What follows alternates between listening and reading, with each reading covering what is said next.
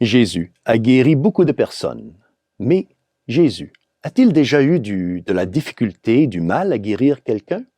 Jésus a-t-il déjà échoué à guérir quelqu'un?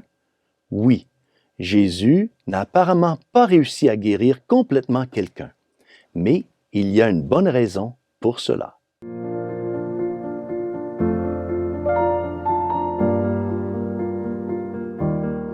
Chers frères et sœurs, Salve Maria. Quoi de pire que la cécité physique? L'aveuglement du cœur et de l'âme, assurément. L'Évangile d'aujourd'hui nous est présenté par Saint Marc, chapitre 8, versets 22 à 26. Et ici, nous voyons un aveugle qui est conduit à Jésus par ses amis. Et ses amis demandent à Jésus de le toucher afin de le guérir de sa cécité. Ainsi, l'aveugle semble être très passif ici. Il ne fait rien pour être guéri à part se laisser entraîner, amener devant le Seigneur par ses amis. Il semble être timide et peut-être même effrayé. Sa cécité devait lui faire toute crainte. Il a dû aussi beaucoup souffrir d'être rejeté, certainement ridiculisé par les gens autour de lui à cause de sa cécité. Étant si silencieux et apparemment découragé, l'aveugle ne semble pas avoir beaucoup de foi et beaucoup d'espoir en Jésus. Mais là, Jésus comprend les peurs et les doutes de cet aveugle. Il prend donc l'aveugle par la main et l'éloigne de la foule bruyante. Jésus l'éloigne des sceptiques et des badauds et lui rend miraculeusement la vue. Mais la restauration de sa vue se fait par étapes. Voici le récit de saint Marc de cet événement unique. Jésus lui mit de la salive sur les yeux et lui imposa les mains et lui demanda « Est-ce que tu vois quelque chose ?» Ayant ouvert les yeux, l'homme disait « Je vois les gens. » Ils ressemblent à des arbres et ils marchent. Puis Jésus, de nouveau, imposa les mains sur les yeux de l'homme. Celui-ci se mit à voir normalement. Il se trouva guéri. Et il distinguait tout avec netteté. Nous voyons donc ici un événement unique dans la vie de Jésus. À première vue, Jésus ne semble pas réussir à guérir complètement l'aveugle. Lors de la première tentative de Jésus pour le guérir, cela ne fonctionne qu'à moitié.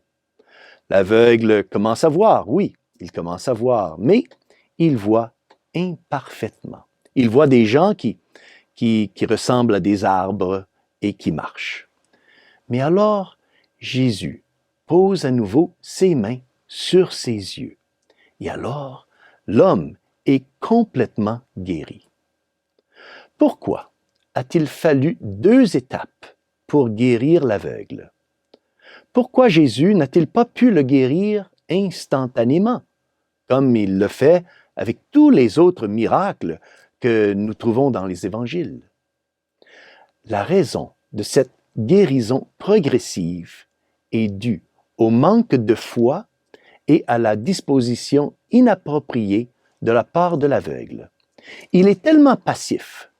Jésus veut plus de dévotion, il veut plus de foi de la part de l'aveugle. Ainsi, plus l'aveugle commence à faire confiance et à espérer en Jésus, plus Jésus lui rend la vue. Cela nous montre que pour que Jésus accomplisse des miracles, la foi et les bonnes dispositions sont nécessaires. Tout au long des évangiles, nous voyons que lorsque Jésus guérit quelqu'un, cela se fait en raison de la foi qu'il a et qu'il manifeste. Jésus fait donc dépendre la guérison de quelqu'un à sa foi. Jésus ne guérit pas d'abord l'aveugle qu'en partie afin de souligner son manque de dévotion et de foi. Mais Jésus nous révèle aussi qu'un peu de foi peut conduire à plus de foi. L'aveugle, une fois qu'il a pu voir un peu, a clairement commencé à croire en Jésus. Et une fois que sa foi a grandi, Jésus a achevé sa guérison. Cette action de guérison de l'aveugle en 2 étapes nous dit que Jésus est patient et miséricordieux et prendra le peu de foi que nous avons et l'utilisera du mieux qu'il peut afin de nous aider à faire un autre pas vers Dieu et à grandir aussi dans notre foi.